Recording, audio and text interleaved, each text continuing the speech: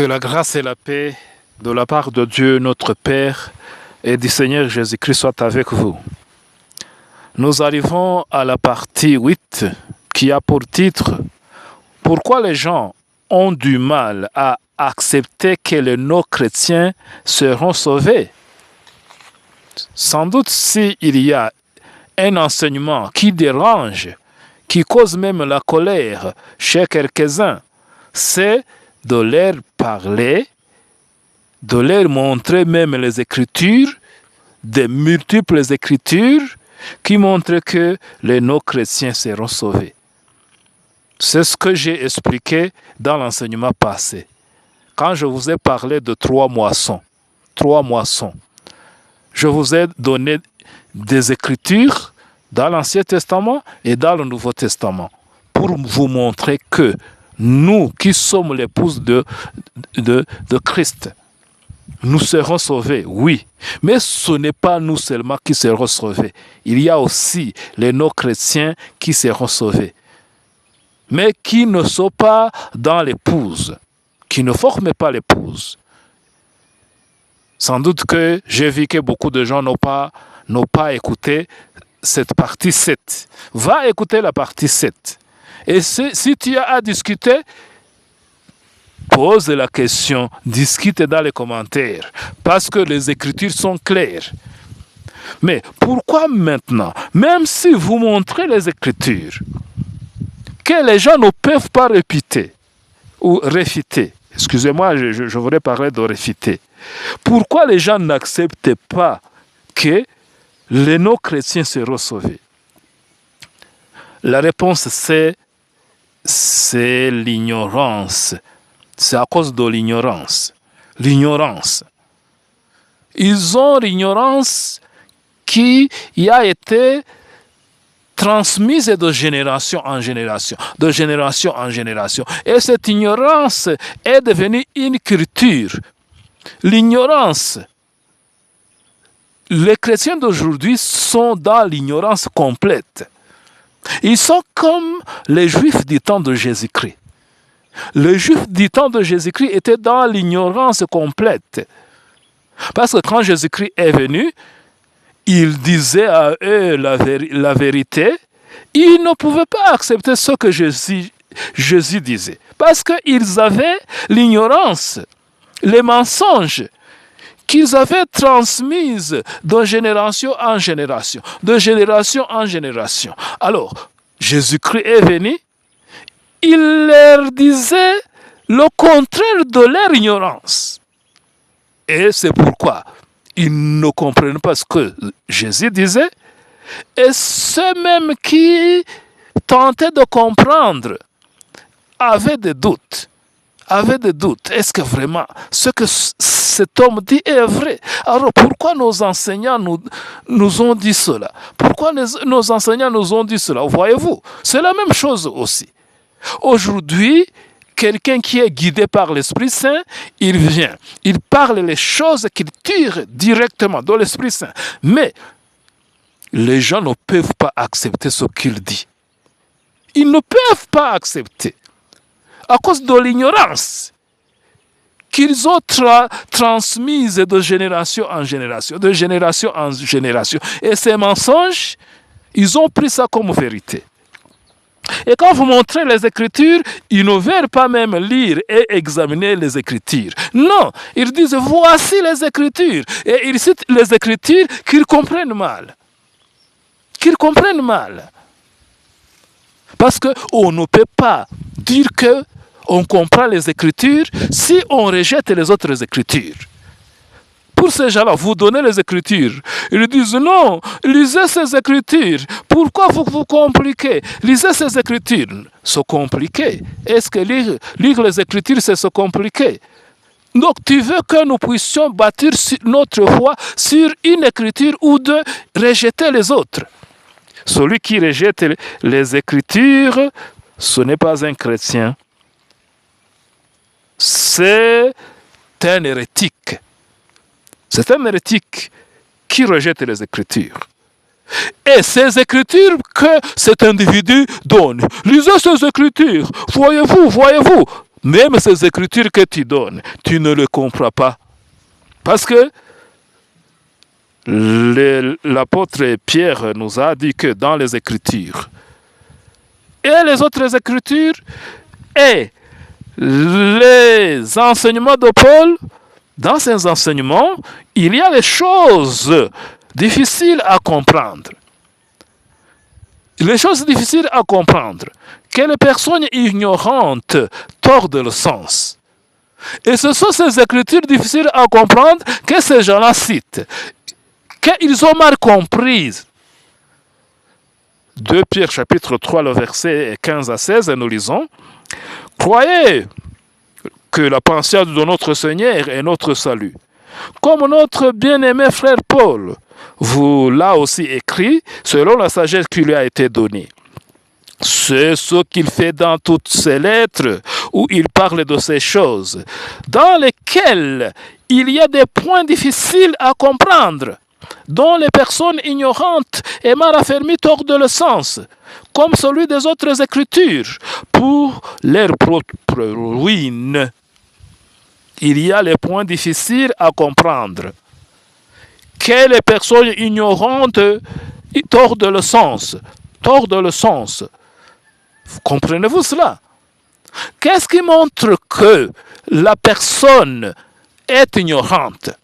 Qu'est-ce qui montre que la personne tord le sens des Écritures?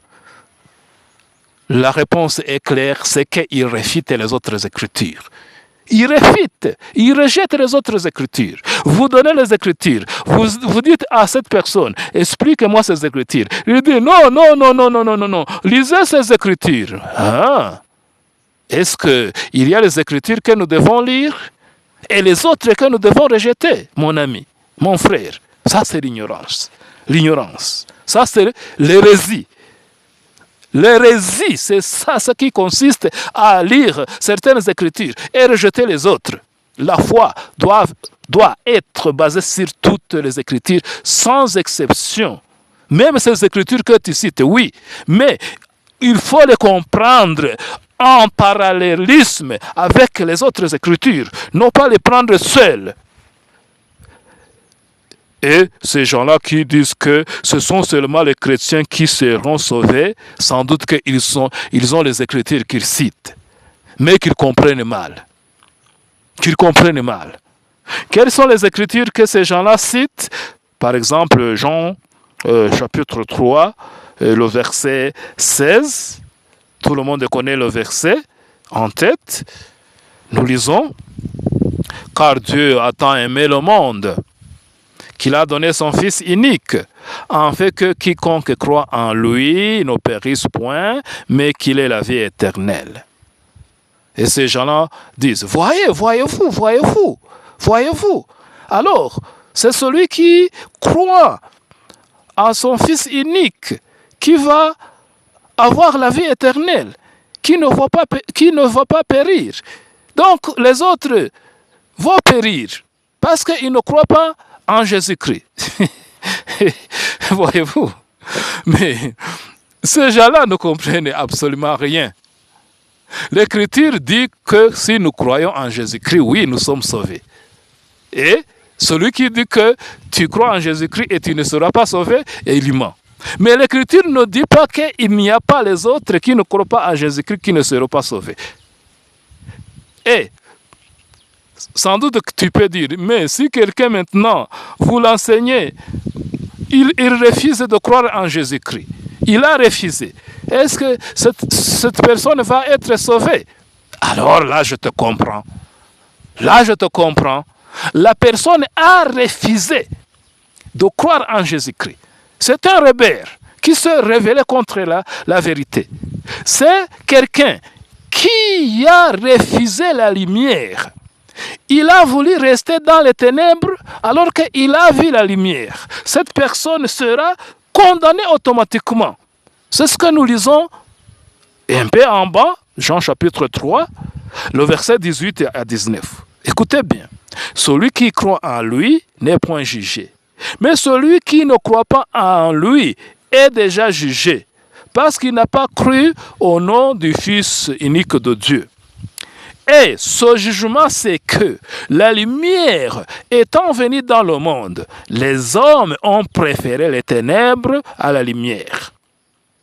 Voyez-vous, ce jugement, c'est que la lumière étant venue dans le monde, les hommes ont préféré les ténèbres à la lumière. C'est ça le péché. La lumière, c'est qui? C'est Jésus-Christ sans doute. Oui. La lumière est venue dans le monde, mais les gens ont préféré les ténèbres à la lumière. Ces gens-là, ce sont ces gens-là qui sont condamnés. Parce qu'ils ont vu la lumière, au lieu de suivre la lumière, ils ont rejeté la lumière pour continuer de vivre dans les ténèbres. Ce sont donc les gens qui refusent à croire en Jésus-Christ. Ces gens-là sont condamnés. Ils vont périr. Mais les gens qui ont vécu le siècle avant, plusieurs siècles avant Jésus-Christ, dans toutes les nations, qui n'ont jamais écouté Jésus-Christ, qui n'ont jamais écouté la bonne nouvelle, qui n'ont jamais eu la connaissance qu'il y a quelqu'un que Dieu a envoyé pour mourir pour nos péchés. Ils n'ont jamais écouté cette nouvelle. Vous allez dire qu'ils vont périr parce qu'ils n'ont pas cru en Jésus-Christ. Voyez-vous, mais les gens sont malades. Oui, je le répète, les gens sont malades spirituellement à cause de l'ignorance. Est-ce que vraiment Dieu peut condamner une personne qu'il n'a pas cru en Jésus-Christ alors que personne ne l'a prêché? Personne ne l'a prêché. Le jour du jugement, est-ce que Dieu va dire à un individu X qui a vécu 4 siècles avant Jésus-Christ en Afrique, et Dieu va dire à cette personne, toi, individu X, tu vas périr parce que tu n'as pas cru en Jésus-Christ. Tu péris parce que tu n'as pas cru en Jésus-Christ. Est-ce que ce Dieu, c'est un Dieu juste? Est-ce que ça, c'est la justice? Ça, c'est la justice. Mes amis, vous, des personnes ignorantes, est-ce que vraiment quelqu'un peut aller dans la forêt amazonienne et condamner à une personne qui vit dans cette forêt qu'il a violé la code de route dans la ville de Washington? L'individu qui habite dans la forêt amazonienne, qui ne connaît même pas ce que signifie une route, vous condamnez cette personne parce qu'il a violé le code de route de la ville de Washington. Alors qu'il ne connaît ni Washington, ni la route. Et vous dites, je suis juste parce que je suis un dirigeant. Je vous punis, vous qui habitez dans la forêt amazonienne. Parce que vous ne respectez pas le code de route de la forêt de la ville de Washington. Comment est-ce qu'une personne qui vit dans la forêt amazonienne va respecter le code de route de la route de Washington? Il ne connaît même pas Washington. Il ne connaît même pas ce que signifie une route. Lui, il connaît les arbres. Il connaît les animaux de la forêt amazonienne. Hein? Voyez-vous? C'est la même chose de dire que Dieu va condamner une personne qui a vécu 4 siècles avant Jésus-Christ en Afrique, qui n'a jamais écouté de Jésus-Christ, qui n'a jamais écouté qu'il y a une personne qui est morte pour nos péchés. Alors Dieu va punir cette personne parce que cette personne n'a pas cru en Jésus-Christ. Voyez-vous, vous les personnes ignorantes. Et quand on vous dit la vérité, vous vous fâchez. Quand nous lisons Romains chapitre 10, le verset 14, nous lisons: comment donc invoqueront-ils celui en qui ils n'ont pas cru? Et comment croiront-ils en celui dont ils n'ont pas entendu parler? Et comment entendront-ils parler s'il n'y a personne qui prêche? Comprenez-vous cela? Et le verset 13 nous dit: car quiconque invoquera le nom du Seigneur sera sauvé. Et tu dis non. Alors, comme celui qui invoquera le nom du Seigneur sera sauvé, alors celui qui n'invoque pas le nom du Seigneur Jésus-Christ ne sera pas sauvé. Il va périr. Oui, il va périr si vous l'avez enseigné, si vous l'avez prêché. Il a refusé. Mais s'il n'a jamais entendu quelqu'un qui prêche, comment est-ce qu'il va invoquer son nom alors que personne ne l'a prêché? C'est ce que nous lisons ici. Je vais répéter, c'est l'Écriture. Car quiconque invoquera le nom du Seigneur sera sauvé. Et ces malades-là se limitent seulement à ce verset. Voyez-vous, voyez-vous. Alors, ceux qui n'invoquent pas le nom du Seigneur ne seront pas sauvés. Attention, ne tordez pas le sens des Écritures, mes amis. Nous continuons au verset 14. Comment donc invoqueront-ils celui en qui ils n'ont pas cru? Et comment croiront-ils en celui dont ils n'ont pas entendu parler? Et comment entendront-ils parler s'il n'y a personne qui prêche? Voyez-vous, on ne peut pas invoquer celui à qui on n'a pas cru. Et on ne peut pas croire en la personne en qui on n'a pas entendu parler. Et on ne peut pas entendre parler s'il n'y a pas quelqu'un qui prêche. Et qui a prêché à ces Africains-là de 4 siècles avant Jésus-Christ. Qui a prêché à ces Africains? Ou même à ces Amérindiens. Hein? Voyez-vous? Et vous dites, oui, personne ne les a prêchés, mais ils vont périr parce qu'ils n'ont pas invoqué le nom de Jésus-Christ. Ils vont périr parce qu'ils n'ont pas cru que Jésus-Christ est mort pour eux. Est-ce que vraiment, tu comprends ce que tu parles? Tu comprends ce que tu parles? Et si on te donne les Écritures maintenant, je vous donne les Écritures. Commençons avec Abel. Est-ce que Abel va périr? Selon les Écritures, Abel est appelé saint. Est-ce que Abel a crié au nom de Jésus-Christ? Est-ce qu'il connaissait le nom de Jésus-Christ? Dites-moi. Est-ce que Abel, dans sa foi, il croyait que Jésus-Christ est mort pour lui? Réponds-moi. Nous allons arriver à Enoch, le 7e depuis Adam. Est-ce que Enoch croyait dans le nom de Jésus-Christ? Est-ce que Enoch croyait que Jésus-Christ est mort pour lui? Est-ce qu'il savait cela même? Il savait qu'il y aurait quelqu'un qui va mourir pour les gens. Arrivons à Noé. Noé, c'est un saint. Oui. Il a été... le témoignage à lui est donné dans les Écritures. Est-ce que Noé a cru dans le nom de Jésus-Christ? Il connaissait même ce nom-là. Est-ce que Noé croyait que Jésus-Christ est mort pour lui? Dites-moi. Arrivons à Abraham. Est-ce que Abraham croyait au nom de Jésus-Christ? Il connaissait même son nom. Est-ce qu'il croyait qu'il y aurait quelqu'un qui va mourir pour lui? Isaac, Jacob, tous ces gens-là connaissaient le nom de Jésus-Christ. Ils connaissaient qu'il y aura les gens, il y aurait quelqu'un qui va mourir pour leur péché. Ils savaient cela. Non, ils ne savaient pas ça. Voyez-vous? Alors, si quelqu'un qui ne croit pas au nom de Jésus-Christ va périr, si quelqu'un qui ne croit pas que Jésus-Christ est mort pour lui va périr, alors Abel va périr, Enoch va périr, et Noé va périr, Abraham, Isaac et Jacob vont périr parce qu'ils ne croyaient pas en cela. Voyez-vous? Alors, les gens maintenant, quand vous donnez les Écritures, vous donnez les Écritures comme cette Écriture que je vais donner. Vous dites, explique-moi cette Écriture. Il fuit. Il fuit. Par exemple, quand nous donnons le verset de 1 Jean chapitre 2, le verset 2, vous dites à ces gens-là d'expliquer l'Écriture. Il dit, pourquoi vous compliquez les choses? Pourquoi vous compliquez les choses? Lire les Écritures, c'est compliquer les choses. Nous lisons. Il est lui-même une victime expiatoire pour nos péchés, non seulement pour les nôtres, mais aussi pour ceux du monde entier.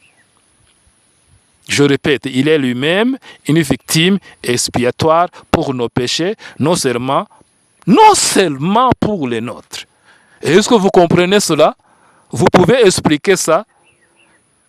Jésus-Christ est mort pour nos péchés. Son sang a effacé nos péchés. C'est une victime expiatoire pour nos péchés. Nos péchés, c'est qui? Est-ce que c'est toi seulement et moi? Non, c'est tous les chrétiens. C'est tout le groupe formant l'épouse du Christ. C'est-à-dire les gens qui lisent ce livre, qui croient à ce que ici Jean parlait. Il est lui-même une victime expiatoire pour nos péchés. Moi et toi, les chrétiens. Et c'est pour nous seulement? C'est pour nous seulement? Peux-tu expliquer ça? Tu vas fuir. Nous disons non seulement pour les nôtres, non seulement pour les nôtres. Ça suffit. Est-ce que tu vas comprendre? L'ignorance t'a aveuglé. L'ignorance t'a aveuglé. C'est pourquoi, quand nous lisons les Écritures, dans l'Ancien Testament, dans le Nouveau Testament, il y a beaucoup d'écritures qui montrent que ce n'est pas l'épouse du Christ qui va seulement être sauvée. C'est l'épouse du Christ qui est justifiée par la foi dans le sacrifice de Jésus-Christ. Nous sommes justifiés par la foi. Mais il y a les autres maintenant qui ne seront pas justifiés par la foi. C'est ce que nous allons vous montrer. Et être justifié par la foi, même, vous ne comprenez pas cela. C'est ce que je vais vous expliquer. Vous pensez que la foi peut sauver quelqu'un. C'est ça votre ignorance. Et il y a une personne, si je dis la foi ne peut pas sauver quelqu'un, la foi seule n'a pas le pouvoir de sauver quelqu'un. Et il va aller dans les Écritures pour lire les Écritures. Est-ce que ces Écritures que tu lis, tu les comprends? Tu ne comprends pas. Tu lis les lettres. Et la lettre tue. Tu ne comprends pas cette lettre. Nous sommes dans la mort parce qu'il y a eu le péché. Et Romains chapitre 6, le 27-23, qu'est-ce que ça dit? Le salaire du péché, c'est la mort. Et Dieu ne change pas sa parole. Vous avez commis le péché, c'est la mort. C'est la mort. Alors, pour que tu ne puisses pas mourir, est-ce que tu vas avoir la foi et la foi va effacer tes péchés? Qui t'a dit que la foi peut effacer les péchés? Qui t'a dit ça? Qui t'a dit ça? C'est le sang de Jésus-Christ qui efface le péché. Parce que c'est Jésus-Christ qui est mort à notre place. Donc, c'est le sang de Jésus-Christ qui nous efface, qui nous met dans la vie, qui nous empêche de mourir. Mais, pour que ce sang de Jésus-Christ puisse être bénéfique pour nous, l'épouse, il y a une condition. Une condition que Dieu a mis. Vous voulez que le sang de Jésus-Christ puisse être bénéfique pour vous? Croyez en cela. Croyez en Jésus-Christ. Croyez que Jésus-Christ est mort pour vos péchés. Alors, c'est ça la condition. Mais cette foi-là, ce n'est pas cette foi-là qui efface les péchés. Et il y a les malades maintenant qui disent non, nous sommes sauvés par la foi. La foi ne sauve pas. Nous sommes sauvés par le sacrifice de Jésus-Christ. Nous sommes sauvés par le sang de Jésus-Christ. Mais la foi, c'est la condition pour que ce sacrifice puisse être compté sur nous. Voyez-vous? Et je vais donner un exemple. Vous voulez aller en Amérique, en quittant l'Afrique. Vous ne pouvez pas partir à pied. Sans doute, il y a une chose, un objet qui va vous transporter. Ou bien, c'est l'avion, ou bien, c'est un bateau. Mais, pour entrer dans l'avion, il y a un ticket. La condition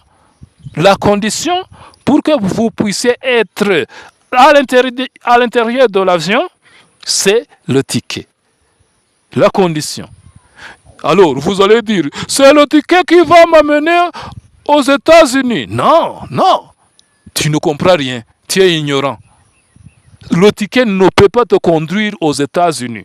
Mais le ticket, c'est la condition pour que tu puisses être admis dans l'avion qui va vous conduire aux États-Unis. Voyez-vous? Et c'est la même chose. Ce n'est pas la foi qui nous sauve, mes amis, vous les ignorants. C'est le sang de Jésus-Christ qui nous sauve. Parce que, selon les Écritures, sans effusion de sang, il n'y a pas de pardon de péché. Je pense que tout le monde connaît cette écriture dans Hébreu. Sans effusion de sang, il n'y a pas de pardon de péché.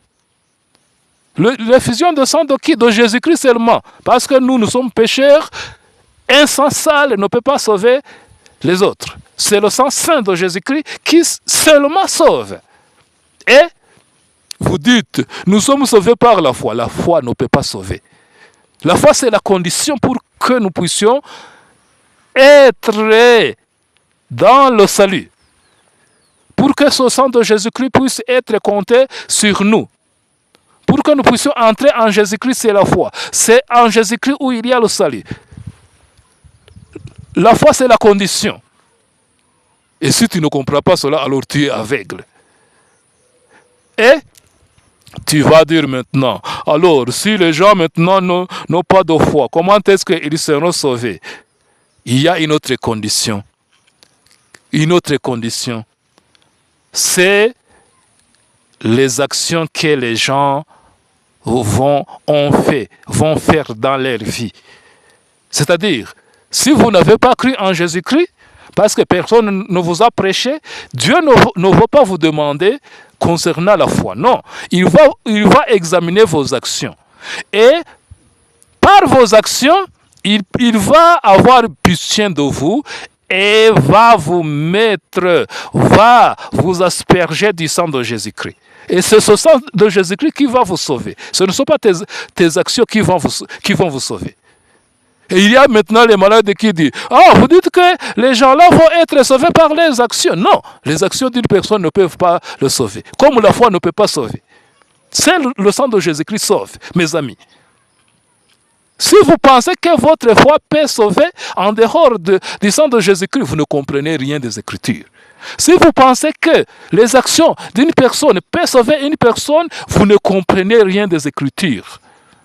C'est pourquoi je voulais dire que quand nous lisons cette écriture dans 1 Jean chapitre 2, le verset 2, il y a deux groupes de gens. Deux groupes de gens à qui l'action expiatoire du sang de Jésus-Christ va bénéficier. Le premier groupe, c'est nous. Nous, c'est qui? Nous sommes l'épouse.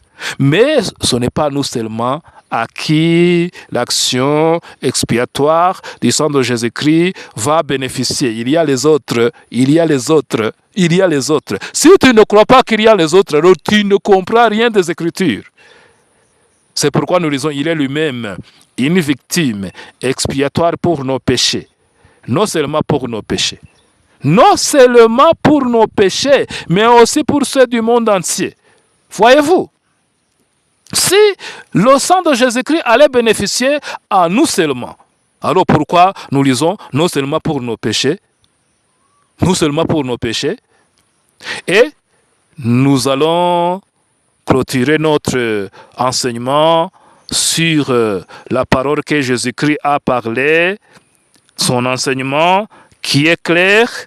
Il nous a parlé au jour du jugement. Quand il sera assis sur son trône, en train de juger les gens de toutes les nations qui ont vécu dans tous les siècles. C'est-à-dire les gens qui seront jugés, ce ne sont pas les chrétiens, ce n'est pas l'épouse. Il y a les malades qui croient que l'épouse sera jugée. Non, l'épouse ne sera pas jugée. Le jour du jugement, ce que nous allons lire, les gens qui seront debout devant le trône pour être jugés, ce n'est pas l'épouse. Ce n'est pas l'épouse. Si tu crois que l'épouse sera jugée, est-ce que tu comprends les Écritures? Tu ne comprends rien. Tu lis seulement les lettres et la lettre tue. et tu ne veux pas écouter les autres Écritures. Nous lisons Matthieu chapitre 25, c'est un enseignement long, mais que je vais lire. Depuis le verset 31 jusqu'au verset 46. Et je lis. Lorsque le Fils de l'homme viendra dans sa gloire, avec tous les anges, il s'assiera sur le trône de sa gloire. Toutes les nations seront assemblées devant lui. Il séparera les uns d'avec les autres, comme le berger sépare le brebis d'avec les boucs. Et il mettra les brebis à sa droite et les boucs à sa gauche. Alors le roi dira à ceux qui seront à sa droite, « Venez, vous qui êtes bénis de mon Père, prenez possession du royaume qui vous a été préparé dès la fondation du monde. Car j'ai eu faim, et vous m'avez donné à manger. J'ai eu soif, et vous m'avez donné à boire. J'étais étranger, et vous m'avez recueilli. J'étais nu, et vous m'avez vêtu. J'étais malade, et vous m'avez visité. J'étais en prison, et vous êtes venus me voir. » Les justes lui répondront, « Seigneur, quand avons-nous vu avoir faim et t'avons-nous donné à manger, ou avoir soif et t'avons-nous donné à boire? Quand avons-nous vu étranger et t'avons-nous accueilli, ou nu et t'avons-nous vêtu?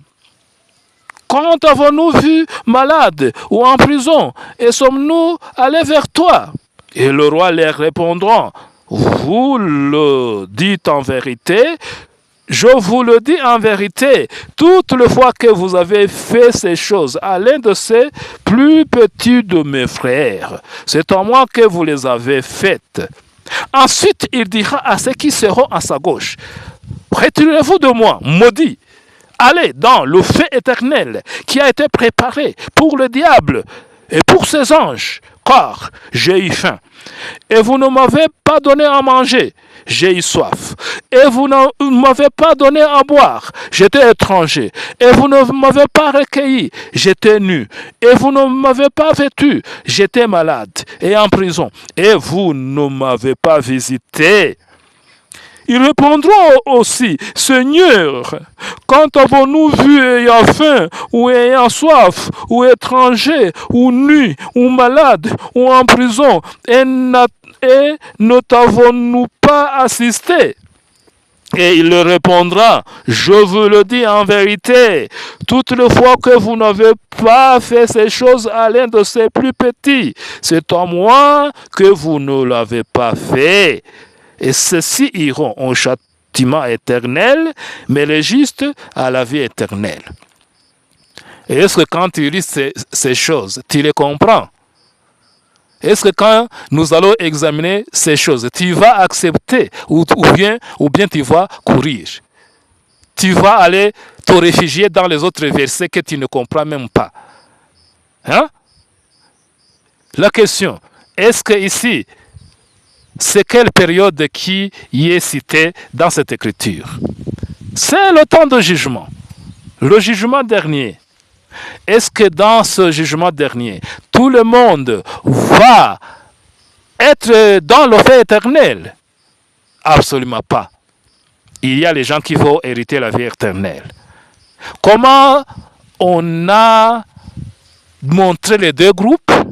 Ici, les deux groupes sont montrés en parallélisme avec les animaux, les brebis et les boucs.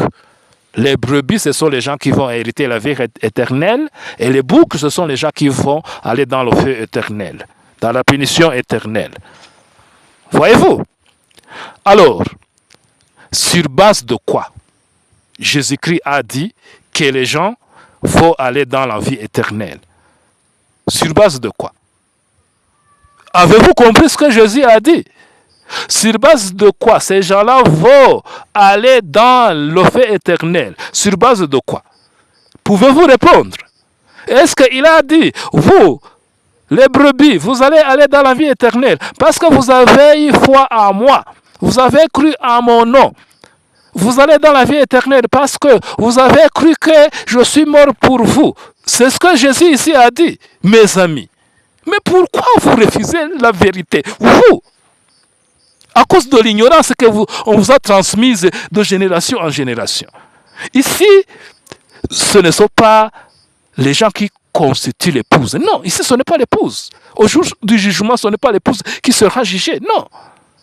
Ce sont les gens de toutes les nations qui ont habité sur cette terre. Alors, les gens qui ne sont pas l'épouse, c'est-à-dire qui n'ont pas cru en Jésus-Christ, parce qu'ils n'ont pas été prêchés, Dieu va examiner leurs actions. Leurs actions. C'est pourquoi il a dit, j'avais faim et vous m'avez donné à manger. Est-ce que ça, c'est la foi? Ça, c'est la foi. J'avais soif et vous m'avez donné à boire. Est-ce que ça, c'est la foi ou ce sont les actions? J'étais en prison et vous êtes venus me voir. Est-ce que ça, c'est la foi ou ce sont les actions? J'étais nu et vous m'avez vêtu. Est-ce que ça, c'est la foi, mes amis? Alors, tu vas dire, mais les Écritures disent que personne ne va pas hériter la vie éternelle à cause des œuvres. Est-ce que tu comprends les Écritures? Est-ce que ce sont les œuvres qui vont donner la vie éternelle à ces gens? Non, c'est le sang de Jésus-Christ qui va être aspergé à ces gens-là, que Dieu va juger et va voir qu'ils ont essayé. Ce n'est pas dire que ces actions-là, de donner la nourriture aux pauvres, de donner le boire aux pauvres, de vêtir le pauvre, de visiter les gens en prison ou dans les hôpitaux, ces actions-là, ce ne sont pas ces actions qui donnent la vie éternelle. Parce qu'aucune action ne peut donner la vie éternelle. Mais pour que Dieu vous juge et dit, je vois que vous méritez la vie éternelle, vous avez essayé le jugement. C'est pourquoi le jugement? À quoi sert le jugement? C'est peser. Le jugement, c'est peser. Alors, les gens qui auront essayé, Dieu va asperger le sang de Jésus-Christ sur eux pour recevoir la vie éternelle. Et je répète, la foi ne peut pas donner la vie éternelle. La foi ne peut pas effacer les péchés. Les œuvres ne peuvent pas donner la vie éternelle. Les œuvres ne peuvent pas effacer le péché. Seul le sang de Jésus-Christ donne la vie éternelle. Seul le sang de Jésus-Christ efface le péché. Alors, je vais répéter la question. Pourquoi les gens ont du mal à accepter que les non-chrétiens auront la vie éternelle? C'est parce qu'ils comprennent mal les Écritures.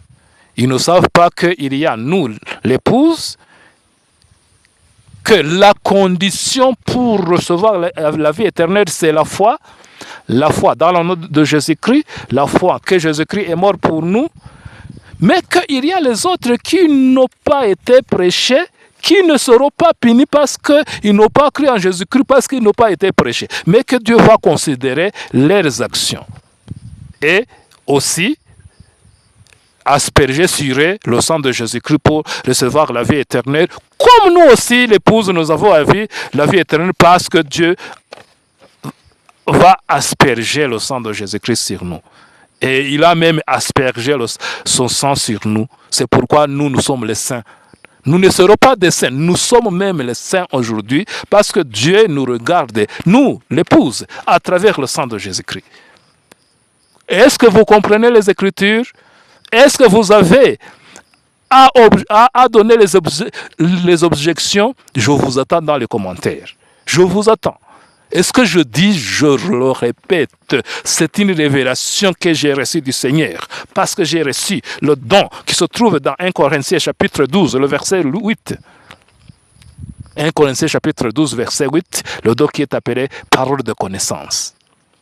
Le don spirituel de parole de connaissance qui m'a donné la capacité de comprendre exactement les Écritures. Ce que je dis, je ne l'ai pas appris des hommes. Alors, si vous dites que je n'ai pas reçu ce don, alors venez, contredisez-moi. Est-ce que les gens peuvent me contredire? Non. Est-ce que les gens vont accepter ce que je dis? Non. Ils sont dans l'ignorance. L'ignorance, c'est que qui a été transmise et de génération en génération, et ils vont continuer avec l'ignorance pour rester dans la foule des ignorants. Mais le chemin qui va au ciel, c'est un chemin étroit.